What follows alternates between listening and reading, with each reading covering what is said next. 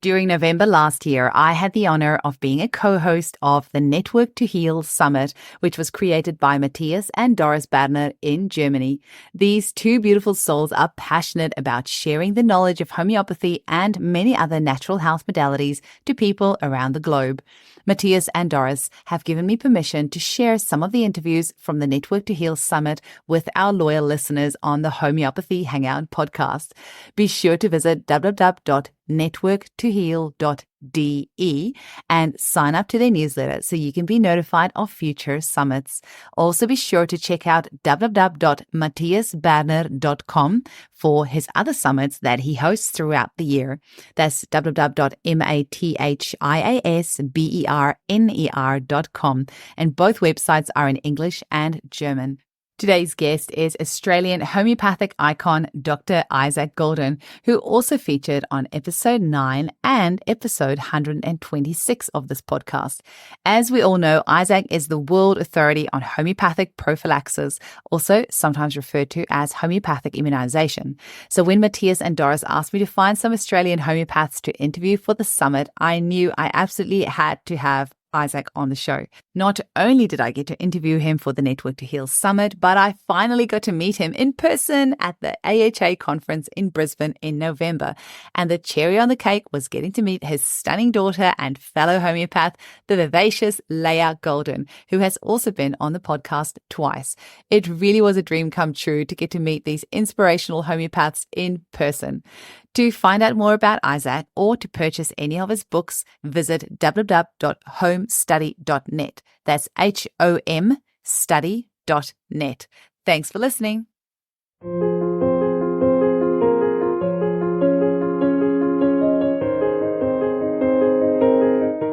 Hello, everyone, and welcome to the Network to Heal Summit, where today we have the immense opportunity of speaking with Dr. Isaac Golden from Australia. Welcome, Isaac. Thank you, Eugenie. It's a great pleasure to be with you and all of the people around the world who are watching. Very exciting. Exactly. It's wonderful. It's so great. And when Matthias asked me to interview some Australian homeopaths for the Network to Heal Summit, needless to say, you were top of mind, Isaac, because you are such a wealth of knowledge and the world authority on homeoprophylaxis, or as some people say, homeopathic immunization. So I just had to get you on because, holy moly, we've just been through a very interesting few years around the globe. And I know the angle that you're going to be speaking from today is the missed opportunity that we had in this pandemic. I completely agree. I know we've had a little chat about this in the past as well, but I'm really excited for you to share this with our audience. And is there anything else that you want to say before we hop into your slideshow? I know you've prepared something for us, but anything you want to say before we start? Well, the only thing to say is that it's not over. And that's the problem. And so what I would love to think is that whilst most of your audience probably knows what we're going to talk about and the implications of it to a great degree, even if a few people also get to hear this and realize what homeopathy could have done over the last 3 years and what it still can do for the coming years. Because, as I said, I really don't think this is over, unfortunately. I mean, we know the ramifications from the COVID vaccines will last for years. And I'm flat out at the moment dealing with injuries from COVID vaccines, mainly for adults.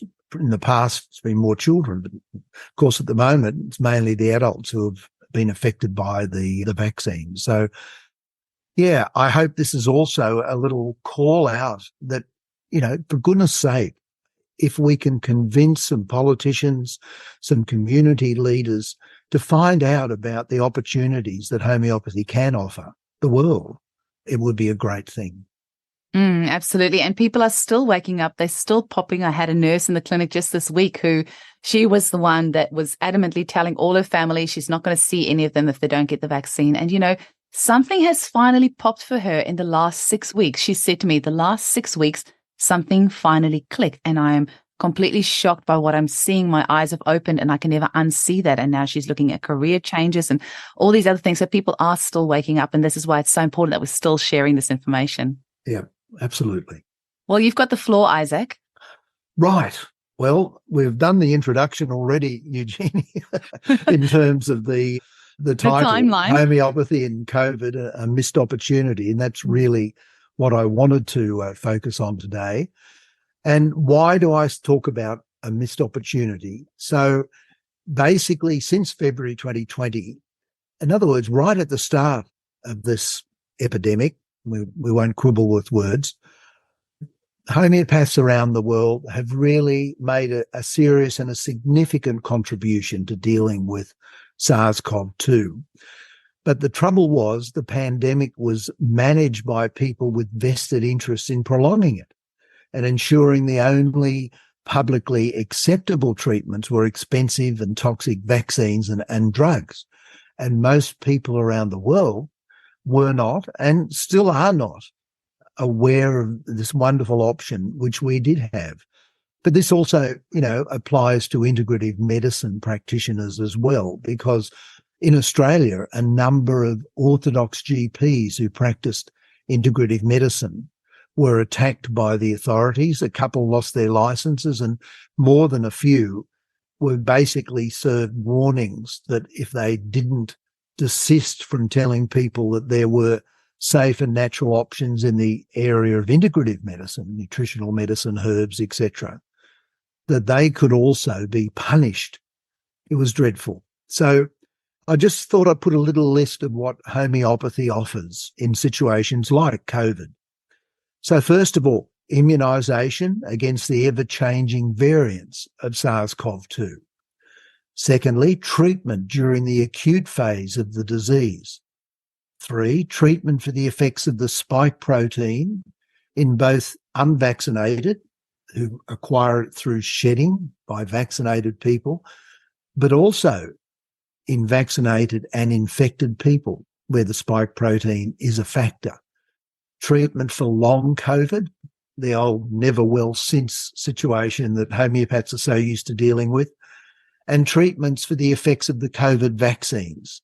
So what I'm really discussing today is some evidence, some data to support what I've just claimed, because it's easy to say those things, but do we have evidence supporting that? So first of all, immunisation against the ever-changing variants of SARS-CoV-2. So right at the beginning, in February 2020, I published an option for homeopathic immunisation against SARS-CoV-2 using the Cuban approach, which in Cuba they tend to, rather than use a single remedy when immunising against a particular disease or using homeoprophylaxis, they tend to mix a combination of appropriate nosodes or remedies made from diseased material and genus epidemicus remedies used to treat the disease. And if anyone wants to have a look at my first suggestions there's the link for you. And you'll see that it did not include a COVID nosode because we didn't have any. Right at the beginning of the epidemic, we just didn't have COVID nosodes. But homeopathy works on the principle of similars. So fortunately, we didn't need exactly the same. We didn't need a COVID nosode. We could select similar nosodes to use in a remedy like this. Also, right at the beginning, early 2020, in India, the CCRH, the Central Council for Research in Homeopathy, which works under the Ministry of Ayush in India, they did a thorough analysis of the early presenting symptoms of people who got COVID in India, and they recommended using the GE or genus epidemicus remedy, Arsenicum album. And actually, the Prime Minister of India, Mr. Modi, he was using Arsenicum album at the beginning, along with many other Indians, but only a small fraction of the total population, which of course is huge. Other homeopaths around the world either agreed with Arsenicum album and used that, or decided that a different genus epidemicus remedy was more appropriate for their region or their country. And this is the thing where the principle of similars means that there can be more than one remedy. And so if symptoms present somewhat differently in India than they do in, say, Australia, where we are, then a different GE remedy could be used. So those who were running the international response to COVID, they told the world through a very, very compliant mainstream media and political class that basically the world had to wait for vaccines for prevention. But that was a lie. And it was one of many, many lies that we as an international community have been told over the last 3 years. And they're still being maintained by many people. So in terms of what can homeopathy offer for immunization or disease prevention, now recently, back in 2019, I had published in 2 different peer-reviewed journals a couple of articles talking about the use of homeopathic immunization in literally hundreds of millions of doses. And I just looked at the use in 3 countries where the government had supported the use, and government organisations were using homeoprophylaxis. So Brazil, Cuba and India. And there's a summary of those 2 articles. I've given a homeopathy360.com produced a summary, and people can go and get that, just download it themselves. And this showed that the average effectiveness of homeoprophylaxis was around 88%. And that's certainly as good as one gets with vaccines.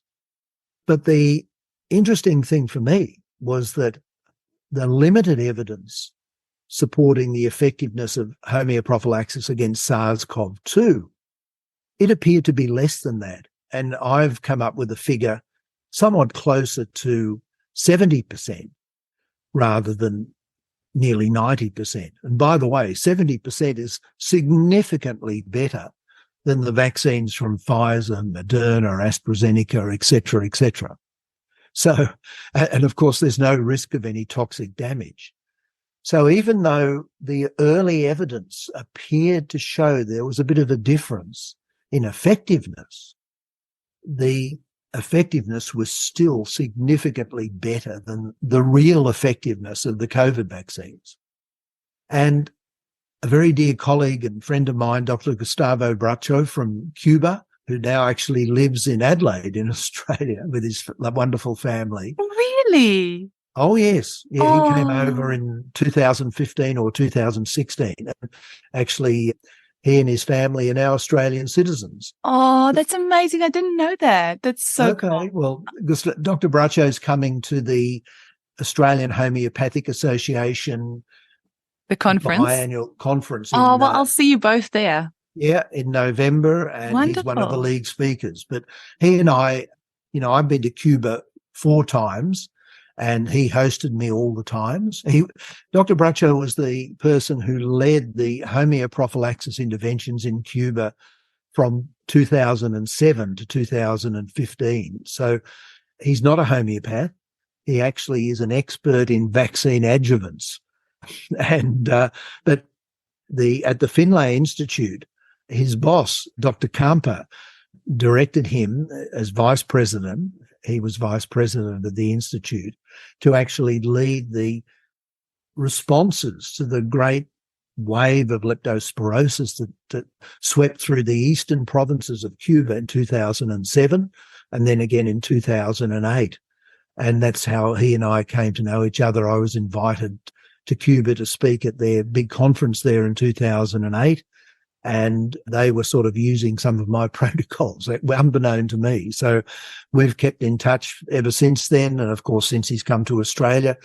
And we've worked on an article which we've sent off to Homeopathic Links, hasn't been accepted as yet. And one of the big things Dr. Bracho said is that the difference between the effectiveness of homeoprophylaxis against, if you like, more conventional infectious diseases and against COVID is mainly coming down to the inability of our homeopathic laboratories to get access to high quality nosodes. So you see in Cuba, one of the reasons they were so successful is that, say with leptospirosis, they would isolate the strain that was affecting the community, they would confirm it.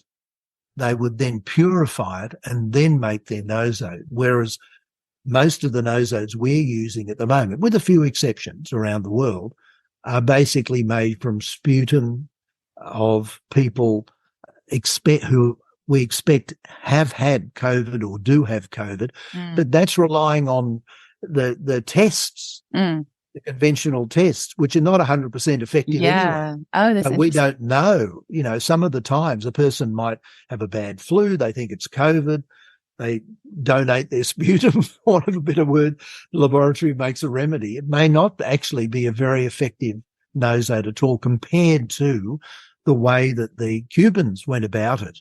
And you see, every laboratory or every country has laboratories that can do that. But of course, they don't do it because politicians in virtually every country in the world are convinced that homeopathy has nothing to offer. And therefore, why would they direct some of their scientists to go through the isolation, verification, purification, and then preparation of substances for homeopathic use? They won't. And that's a real shame.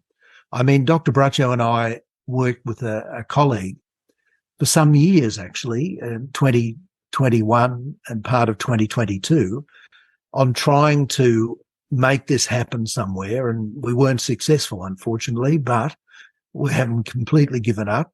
But the government in this country could get that done tomorrow. And in Germany, where Matthias is, and around the world, they could do this if there was a will to do it.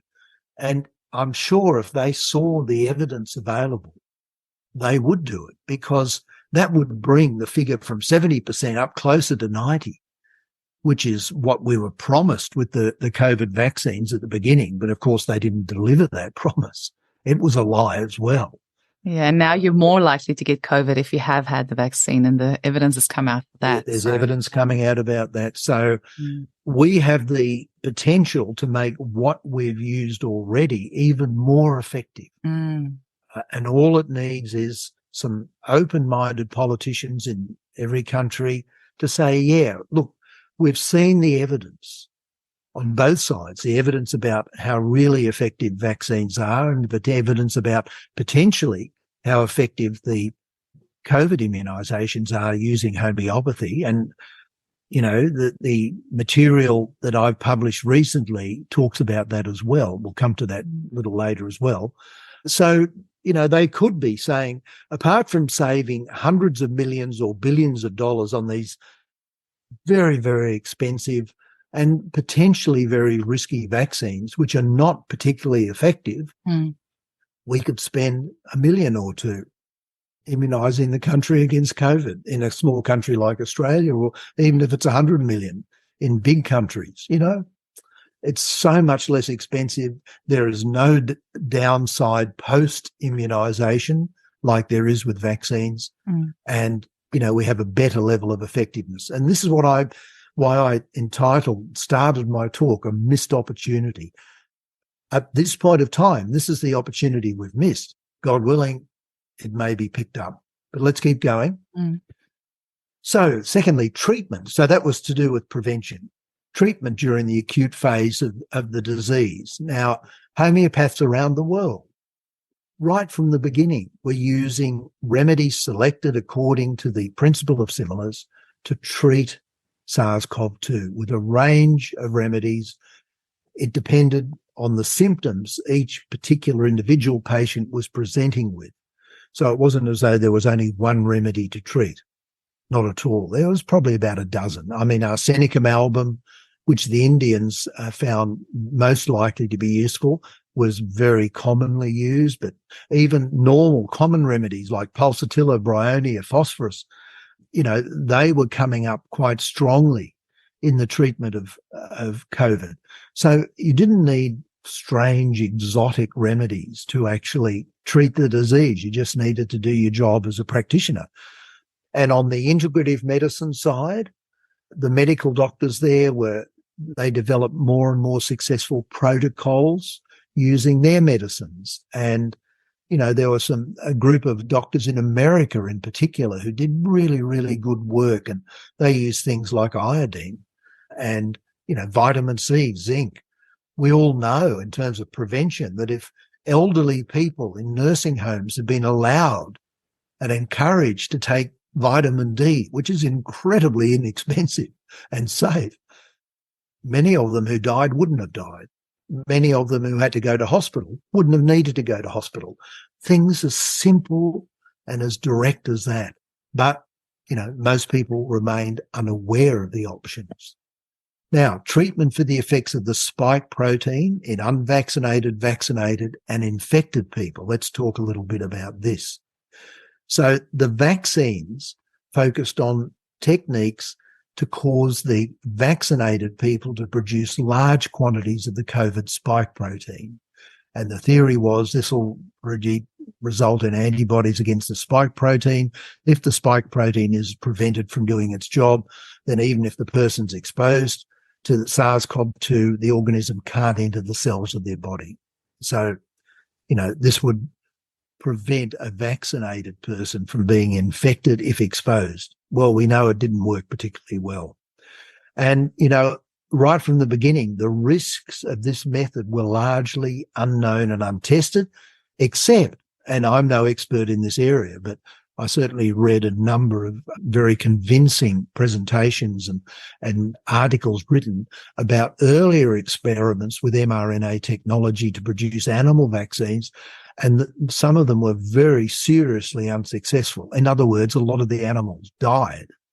Now, given that background using this new mRNA technology, you would have thought that the medical authorities who are meant to be protecting us, protecting the peoples of the world, would have been extra careful before approving these new mRNA vaccines. But we know now that they weren't. And, we all heard about the court case in America with Pfizer, who tried to prevent the data associated with their vaccine trials from being put out into the public arena for hundreds of years. And thank God, an honourable justice in an American court said, no, you're going to have to bring a lot of that forward. And we've seen so much information come out from those Pfizer studies, and it showed, that these things were dangerous. But despite that, the American CDC, Institute of Health, etc., they approved these COVID vaccines. And of course, in Australia, like little trained puppies, our authorities just followed along, and the same throughout the world. So in other words, the people who are in charge of the health systems throughout the world, instead of protecting us, they didn't do their job. They didn't properly investigate the true effectiveness and the true safety of these new experimental technology jabs, and people suffered as a result, and still are, and probably will be suffering for a long time. So shedding, because of this, these so-called vaccines causing the people who are vaccinated to produce massive amounts of spike protein, this spike protein was shed through the skin, through the mucous membranes, and it became a serious problem for many people who were just exposed, just touching or being breathed upon by vaccinated people, because it could be transferred through touch or through aerosol spread. But also, of course, it became a problem for vaccinated people. And if a person had COVID, then of course the spike protein is in their system as well. So that became a problem as well. But once again, homeopathy had practical answers. Now, I recently published a letter in that wonderful journal, hpathy.com, who was where I published that February 2020 article. And the recent one's called The Scorpion versus the Spike Protein. And the reason I called it that is because one of the best remedies to actually treat the effects of the spike protein is potency of scorpion. Now, people who are not familiar with homeopathy might be shaking their heads and saying, did I hear that right? Scorpion? But when you think about it, what's a scorpion? It's got a flat body and then a big tail. What's at the end of the tail? A big spike.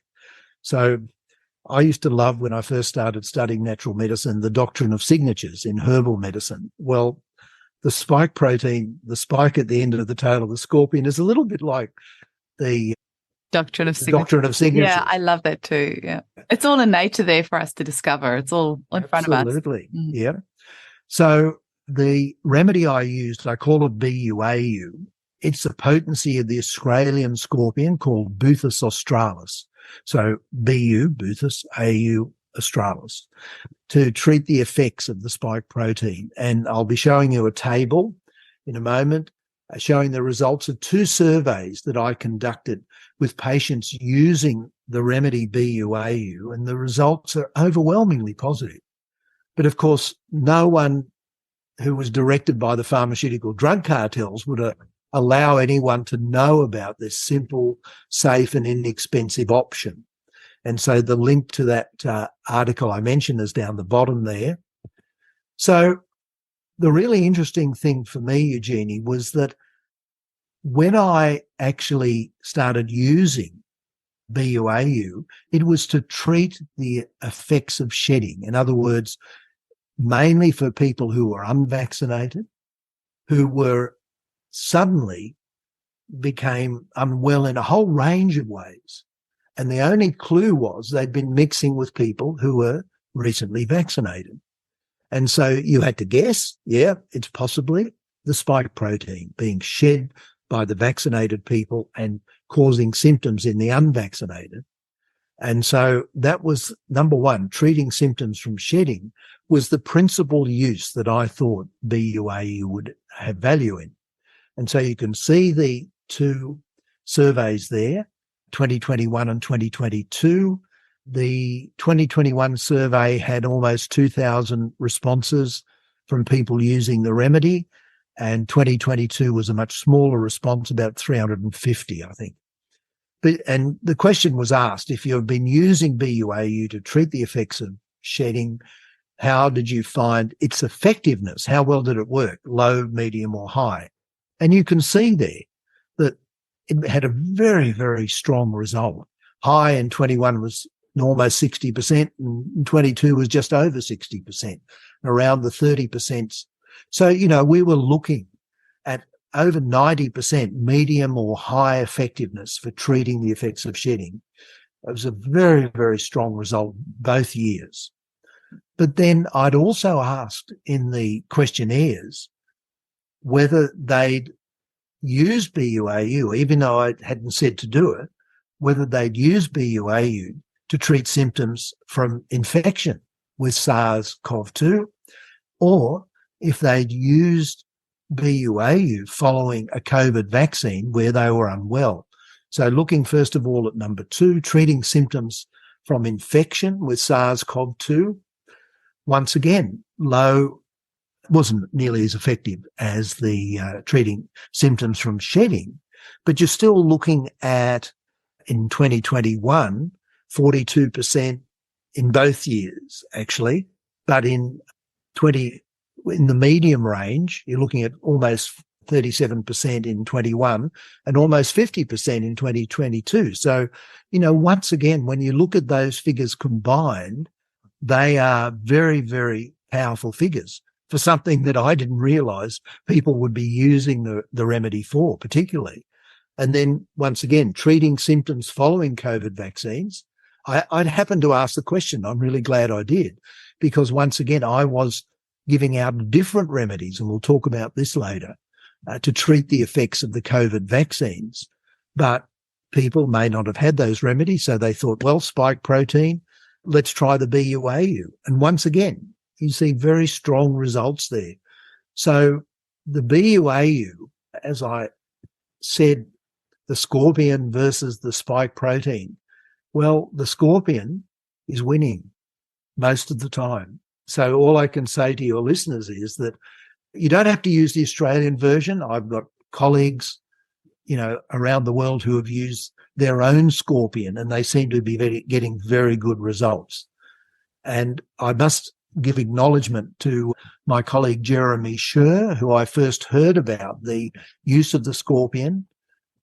He was in Israel and was using the Israeli scorpion. Well, of course, when I decided to give Jeremy's suggestion a try here, I didn't have an Israeli scorpion, but I had an Australian one. So we used that, and you can see the results. They're very, very powerful. So if you live in a different country and you don't have an Australian or an Israeli scorpion, then use what you've got in your country.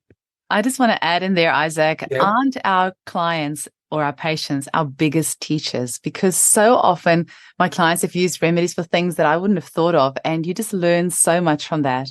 Absolutely. I also want to add in there that I was very, very lucky to have had you and your beautiful daughter, Leia, on my podcast quite early on in the show. And very lucky that you mentioned Boothers then, because I have personally had hundreds of clients who have used Boothers over the past couple of years, thanks to you both, with really incredible results. And I would have to say it was probably about a 60% success rate with Boothers in my clinic as well.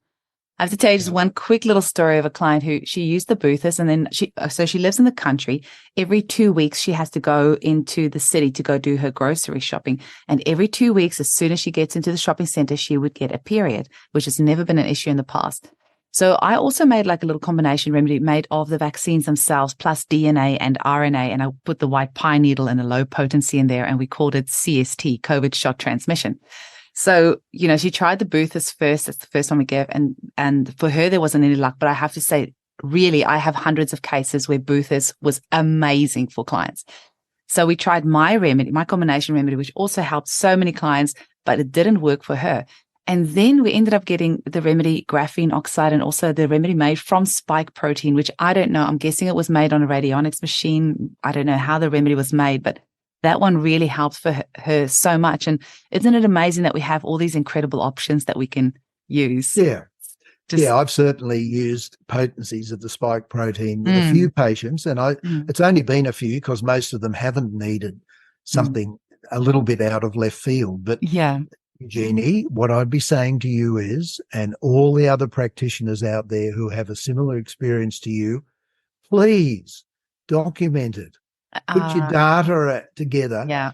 Just imagine if you've got 100 people like you, like me, putting all this data together, then instead of, a few thousand responses, we could have 100,000 responses, and that makes the data that much more powerful. So, I always plead to homeopaths, keep data about stuff like this. It's not hard to do, and it makes a massive difference if we started to work together to build up a huge database. Now, that's the reason I did those earlier articles I mentioned, talking about the use of homeopathic immunization in over 250 million people. Those, not people, about 60 million people, but in that subset, but over 250 million doses. And that's just the tip of the iceberg. That's not all the use of homeoprophylaxis. That was just 3 countries over a period of about 40 years. So, the data we've got potentially is huge, but people need to collect it. Well, I might get in touch with you afterwards for a bit of a survey and then do a retrospective survey with my clients. Oh, well, there's nothing wrong with retrospective surveys. The more the merrier, though. Wonderful. Let's keep going. So then the next thing to talk about is the treatment for long COVID. And there are many people who are reporting, I've never been the same since having COVID. And homeopaths for 200 years have been dealing with never well since. In other words, never well since a particular event. It's actually, in case taking for homeopathy, it's a key point.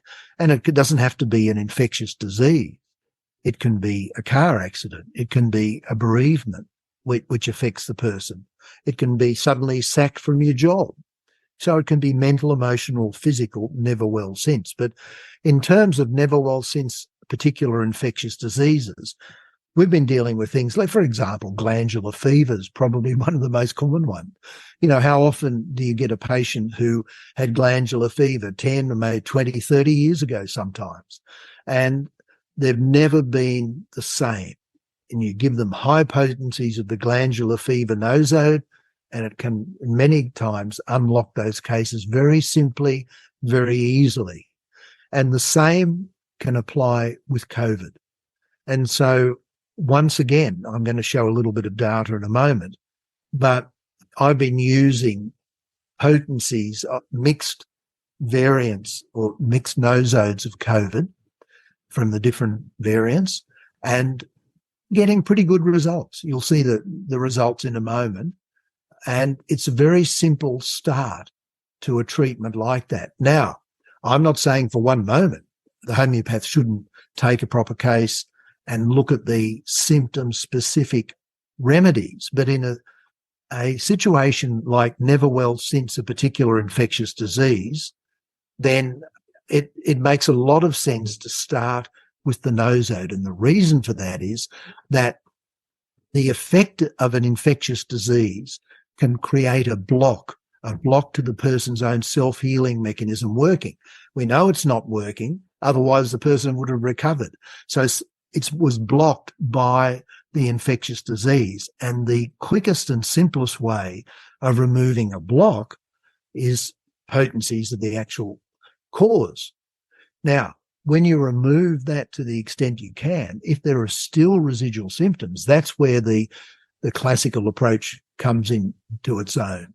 And also using, if you can, constitutional remedies, of course, always are going to build up the person. But even if you're just using symptom-specific remedies to treat, they'll be very, very valuable. But, of course, you know, the orthodox people, the people running the health systems in most countries don't want to hear about this. It's too inexpensive. It's too safe.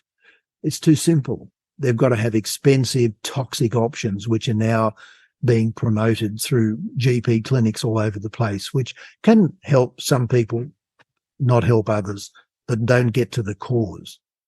I love hearing you say that, because that's exactly what I've been doing in clinic. Clients who have been never well since COVID or have kept on getting, I've had somebody the other day, she had 5 rounds of COVID, and, you know, you give them, I usually give a 10 ml of the nosode, and, you know, for 3 days, and often that's all they need. You know, sometimes in really persistent cases, you might need to repeat it, but it's been so satisfying. And I almost feel like I'm cheating because it's been so easy to treat these people with these nosodes.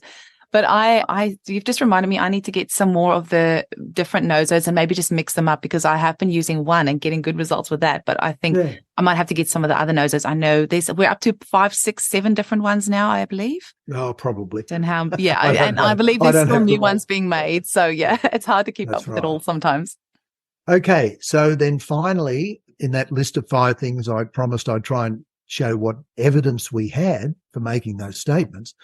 The effect of COVID vaccines themselves. Now, I've been working with vaccine-injured children since 1986, and in fact, I've literally just only a couple of weeks ago finished the new 4th edition of my book, Vaccine-Injured Children, and it's available on any of the different Amazon sites around the world, as well as, of course, on my own website.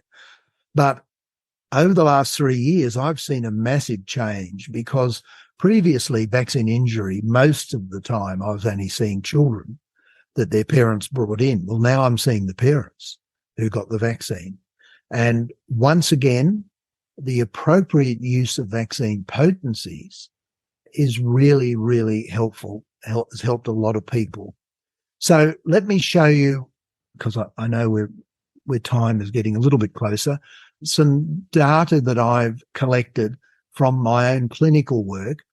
Now, I classify in my vaccine-injured children data results based on whether it's a strong improvement, an improvement, no improvement, whether the patient's worse, whether it's unclear, in other words, there are ups and downs, and whether there's a reaction but not following up. Now, you'll see T6 is missing in that table. T6 is just no follow-up. I have quite a high level of no follow-ups for a number of reasons. One, in Australia, I do most of the treatment at a distance, and Australia has very few people with a very large landmass. So most people who want help can't necessarily come and see me. But unfortunately, that also means that the follow-up is much less than it would be just for when you're sitting down talking to people. But there are other reasons as well. Sometimes it goes into T6 because the case is too recent. So there hasn't been time to have a proper use of the remedies and a follow-up. Sometimes the person's got better, sometimes the person's got worse, but the parents have thought, no, we're going to move on, or we don't need to do anything else. So the data is a lot more meaningful if you remove the no follow-ups, because people often think, well, that means it's been hasn't been a good result, but that's not the case at all. So when we look at this, we can see there are 3 columns. So first of all, treatment for COVID vaccine injury. Of the people who followed up, 50% said there was a strong improvement, 18% said there was an improvement, so that's 68% almost, just over 2/3. For some people, there was just no reaction at all. For others, there was no improvement. But once again, you can just look at the data, and then basically see that just with the simple use of the vaccine potencies, there is a significant level of improvement there.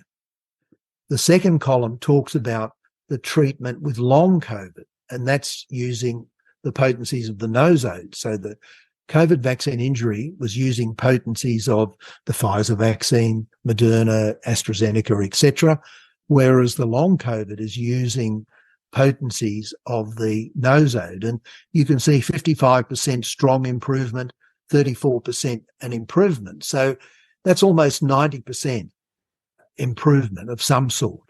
And there was another 10% where that wasn't the case. So that's a very, very strong result for using something with long COVID as simple as what you just mentioned, the different potencies. Now, the third column I've left in here, even though it's outside of what we've been talking about, because it is very, very important for me, and it has to be looked at totally differently to the other 2. Now, this column relates to something which, until the last 3 years, I'd virtually never been asked to do. So it's to do with vaccine-injured children, and up until the last 3 years, virtually all the children I'd seen were children with significant health issues that were affecting their quality of life. The spectrum was probably the biggest one on a single item, but ADHD, Asperger's, but physical things too, like, chronic asthma, chronic allergies, chronic skin eruptions. It could just be a whole range of behavioural issues as well in general. So over the last 3 years since COVID started, the profile of children who are presented to me has changed.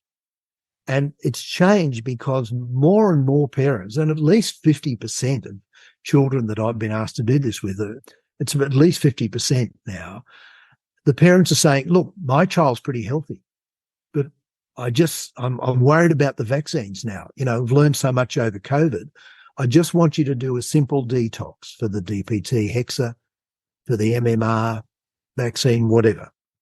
And these are the figures that have come up for those children. And what you can see here, 41.5% said no reaction. Well, that's what you kind of expected, because these children are meant to be basically healthy.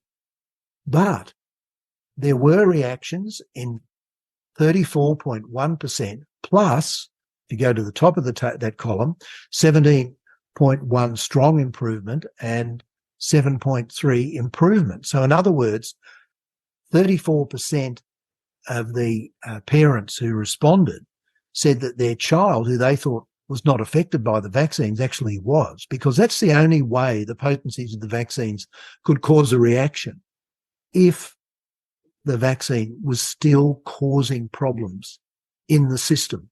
Otherwise, it would just do nothing. But then you've got 24%, which showed either a strong improvement or an improvement in symptoms, which previously the parents hadn't thought, well, that's significant. And what it's showing, let's make it very simple, about half the children who have been vaccinated that the parents think are okay are not okay, even slightly more than half. So that was a really, really interesting finding for me, because once again, that was a finding I had not expected. And it's only by collecting data that we can see these things, find these things. Now, we're getting close to the end. So just finishing off a couple of things. This is the new book that I've just released, the 4th edition, Vaccine-Injured Children, 21st Century Tragedy, Treatment, Prevention and Reasons. And it's all the data in it has been updated. One of the things it allows us to do is to look at symptom profiles of the different vaccines, the MMR vaccine compared to the MMRV, which is the varicella additive, compared to just the varicella on its own. But also I've looked at, say, with the DPT, which originally was just 3, diphtheria, tetanus, whooping cough, is now 6 in Infanrix hexa, how that, as they've added different antigens over the time, how the symptom profile of that vaccine has changed. So all of that, there are more vaccines in there, and there's a lot of case histories regarding the treatment of vaccine-injured children. So I hope practitioners and parents, because it's a book for both, will find that useful. So just to summarize, a missed opportunity indeed, and how different the world would be if COVID, SARS-CoV-2 had not been weaponized to create fear and compliance in most people and generate billions of dollars in profit for the pharmaceutical drug cartels and their minions. And, how different if the peoples of the world, including our politicians, had been given the opportunity to use homeopathy as well as integrative medicines to both prevent and treat SARS-CoV-2. And in the words of that lovely old folk song, when will we ever learn? I really do hope we do learn. And remember that what we were and are able to offer to deal with all aspects of COVID is already available for other infectious diseases: prevention, acute treatment, treatment of never well since infectious conditions, and treatment of vaccine injury. And this will also be the case when the next pandemic is manufactured by the people who very happily sacrificing health creation for all, for wealth creation for themselves, and by politicians who are either too afraid to act or too stupid to know they're being manipulated or are complicit. So if people want to contact me, you've got my details there for books, information, etc., about courses that I run as well, or if there's an email needed there. And there's some of the books, homeopathic books I've published. So thank you, Eugenie. I hope that's been useful to the folks out there. Absolutely, Isaac. You always delight. You never disappoint. Very good. Thank you so much for sharing this information. And something that was like, I was buzzing because so many of the statistics that you mentioned, it really echoes exactly what I see in my clinic. So it was a really nice little pat on the back. Like none of what you said was like really different to what I see. Like, I'm like, yeah, I see exactly that. I see these parents who have woken up since COVID, who are coming in and saying, so I think my child's really healthy, but let's do these detoxes. And I would also say, large percentage of them are like, well, actually, my child's not having their ear infections anymore. Actually, their behavior is better. Actually, this, actually that. Yeah. And that was really interesting. And then with the nosodes as well, yep, they are doing such a great job of never well since, just removing that layer. And it's just such a no-brainer. The vaccine injuries have been so satisfying to treat. It's just like it's a no-brainer for me. If somebody comes into the clinic with a vaccine injury, especially with the COVID vaccine, I mean, all of them, but just more recently, these people who were so, they come into our clinic, they are just in this horrible place where they realize they've had the wool pulled over their eyes. Yeah. They are terrified of what's happened, of the future, of what their health's going to look like, because their friends are dropping dead around them, are getting aggressive cancers out of nowhere, and they don't want to head that direction. So they come and see us feeling deflated and scared. And then we give them these detoxes and they come back and they experience such a profound improvement in their health. I remember one of the ladies I saw had bruises over her thighs from the week that she got the vaccine 2 years earlier until the day she saw me. And within 2 weeks of the detox, those bruises were gone. So you can't, I mean, that's not placebo. Yeah. No, that's right. Every homeopath around the world has dozens of stories exactly like this. We've seen lots of asthma cases since the vaccine, but then also so many of our clients who have not had the vaccine are experiencing symptoms as if they had. So a lot of these similar things that their friends are having, they are having, and then that we have tools to help them there as well. So there's not a single subsection of the population that we are not able to help. And to be in a career where you can say that is just so wonderful. It's the time for homeopaths is now. And the difference that we're making is incredible. It's such a buzz. Yes, we could make a lot more if politicians weren't so stupid or complicit.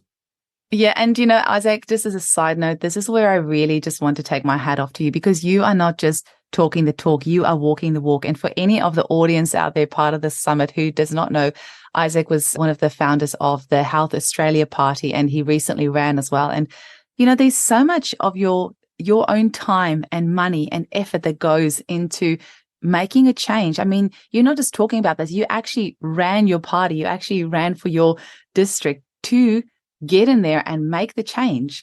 And you need but we weren't elected, Eugenie. That's the problem.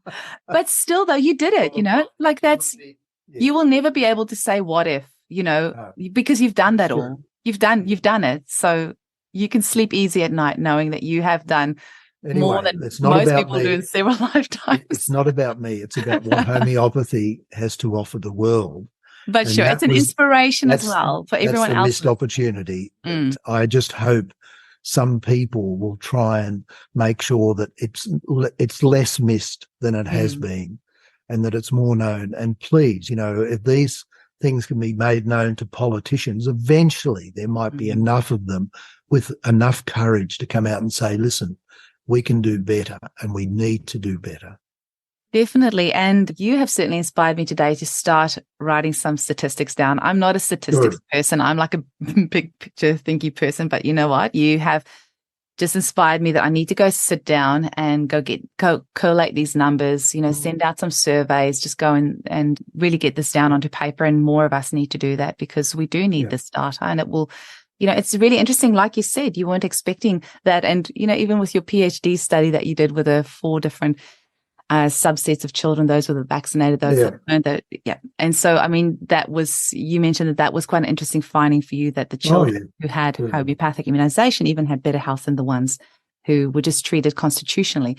And so when we do have this data, we can analyze that and learn from that. So. Yeah, that's the reason for collecting figures. And as I said before, if enough practitioners do it, then we end up with a massive database. And the more numbers that we can get, the lower the error, potential error in the figures. So, that's the one thing with homeoprophylaxis that even a lot of homeopaths don't realise. With the best data set in homeopathy is homeoprophylaxis. It's got by far the biggest data set available because of its nature. It doesn't mean that more people haven't been treated over 200 years by practitioners, but it means the data is so much easier to collect when you're immunizing a whole country, as they did in Cuba a couple of times, or you're immunizing a whole state, like Andhra Pradesh, which has more people than Australia does, just in one state in India. And when the authorities say, right, we're going to use homeopathic immunization against Japanese encephalitis over in Andhra Pradesh, and they were immunizing around 20 million children a year. And that's the reason I first went to India, I'd seen this data and I'd said, it's too good to be true. And so I went over there and met some of the people who'd been involved in the big immunization programs. And then I was very blessed to met the leaders of the CCRH and the Minister of Ayush.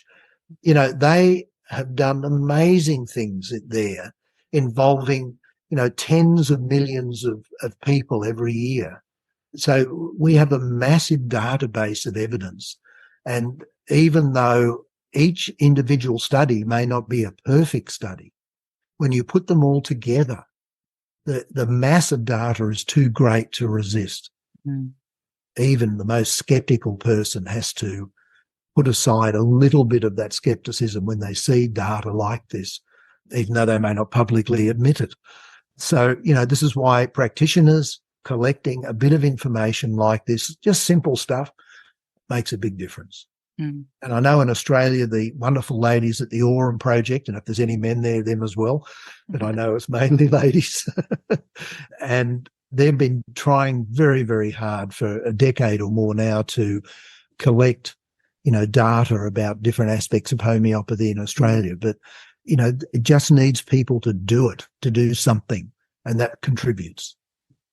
This is a bit more of a specifics question because I know people like some of the homeopaths are going to be listening to this and asking about the vaccine detoxing. Are you using like Ton Janssen's method, or do you? I know. No.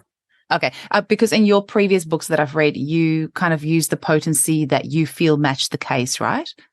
So, Ton basically was more to do with detoxing, and I've forgotten his name. Tina Smith's? Tina Smith, Yeah. Sorry. Thank you. Yeah, he was the one who really who began cease therapy.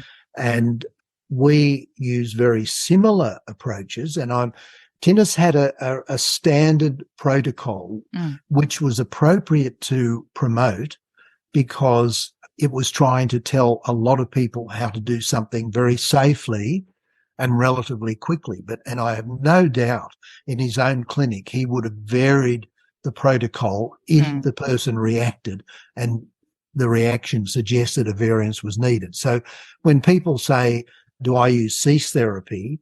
The answer is no in the strict sense. But what Tinnis and I did was very, very similar. In fact, before his death, we've been in contact for quite a few years over the internet. We came across each other by accident in a way. We shared the data that we were collecting, and our data, even though it was two people on different sides of the planet working on something very similar, but without any coordination between them, our data was almost exactly the same. And that makes it even more powerful. The fact that two people can independently come to virtually the identical results. This is in terms of treating vaccine injury. Now, Ton's brought in other things as well, and, more power to his arm. But it's more, I'm probably a bit more like Tinnis. Okay. It's closer to cease therapy, but no, it's a bit more flexible than the, if you like, routine or orthodox cease therapy. I was invited a decade or so ago by the lovely people who, practice cease therapy in Europe to give a talk to one of their conferences. And they were very open-minded about what I was saying, even though I was saying I don't do exactly what you do. This is what I do. And it wasn't that much different, but it just gave a little bit more flexibility in the system. That's great, because I was wondering, I've got that vaccine damaged children book of yours, which I'm glad to see you change the title to vaccine injured, because that's the terminology that I hope more people will use. Yeah. But when I read that book of yours, which I think was published, is it 2010-ish, somewhere along there? That's probably the first edition. It's changed dramatically since okay, then. okay. Well, one of the editions, it's in my clinic. I'm at home today, so I can't go check which edition I've got. But when I was reading your case studies and how you treated the cases, I was like, oh, okay, so you definitely do take it by a case-by-case basis. So because that was a while ago, I'd wondered whether your way that you prescribe that had changed over the years, but you've found that works and you've stuck with that. Well, I've made mistakes too. And some of the cases shown in the book, certainly the current edition, show some mistakes where I started too high. See, what Tinnis did, he started 2 doses of 30, 2 doses of 200, 2 doses of M, 2 doses of 10M over a month. And that was the standard approach. I used to start with the potency I thought was most appropriate. So it could have been 30 or it could have been 10M. But a couple of times I started with the 10M, the person was much more sensitive than I'd thought. And so instead of starting with 10M in a case that looks okay, I might now start with a 200 or an M. But I wouldn't necessarily go back to 30 if I thought the person was, robust and was able to manage. With the treatment of the vaccine injuries, and also to a large extent with long COVID, because all of my patients now are at a distance all over the country, I usually start with 2 potencies, 250 and 50M. Mhm. And with the strict instructions that if they respond, not just react badly, but if they respond positively even to the 200, they must not use the 50M. And the reason for doing that is to try and speed things up. So if there's no response to the 200, we know they're not hypersensitive. Therefore, it's safe to skip a few potency steps. It just speeds things up a bit. But if they react to the 200, then definitely you must not use the 50M. You've got to use the 200, 10M, then 50M. And if a person looks a bit weak or looks sensitive, I'd always start with a 30 and a 10M, sending them. And if they react to the 30, they mustn't use the 10M. I have to post them the 200 and the M. So it's more a case of, for most people whose basic client base is, around the area that they live, you can just start with one potency because it's easy for the patient to pop in and pick up the next one. But if they, live on the other side of the country or in a remote area, just getting one at a time, it slows down the treatment process. And that's another thing I learned in COVID, maybe for another time, that at one point there, sort of mid to late 2021, I was just overwhelmed and had to develop protocols rather than, strict individualization. I mean, there was individualized if I saw a warning flag that someone may be hypersensitive, but otherwise I had protocols for these different aspects because I just didn't have time to do anything else. And it reminded me of the hospitals I saw in India when I used to visit there. And you'd walk into the hospital waiting room and there might have been 600 or 700 people sitting there. And there might have been, 20 little rooms around the outside edge with liver, kidneys, heart. Each room dealt with one particular aspect. And they had to do it like that because they had to see 100 people a day. It's we have to be there to help as many people as possible, as well as we can. Absolutely. And we have to be flexible and we have to change with the times and change things. Like sometimes you just have to adapt. You have to be flexible. And that's how we improve and grow and change. And so good on you for embracing protocols, or at least incorporating that, because you were forced into that direction. And we do get pushed. I think sometimes the universe pushes and shoves us into little directions. And, and that's important as well. Isaac, is there any final message that you want to leave the Network to Heal audience with? Look, really, it's a case of, I don't think we're out of the woods. There are some very unpleasant people and organisations in the planet who are no doubt planning their next step, but we have the power to resist it. And the power will be greater if we stick together, if we communicate with each other, if we support each other. And hopefully, these sort of presentations will help that process enormously. It's by keeping in touch with people and expanding knowledge, people's knowledge and understanding, and expanding the truth across the planet, that we can beat the dark forces, because that's what we're up against, dark forces. But it's doable, and all well and God willing, we'll do it. Thank you, Eugenia. Thank you so much, Isaac.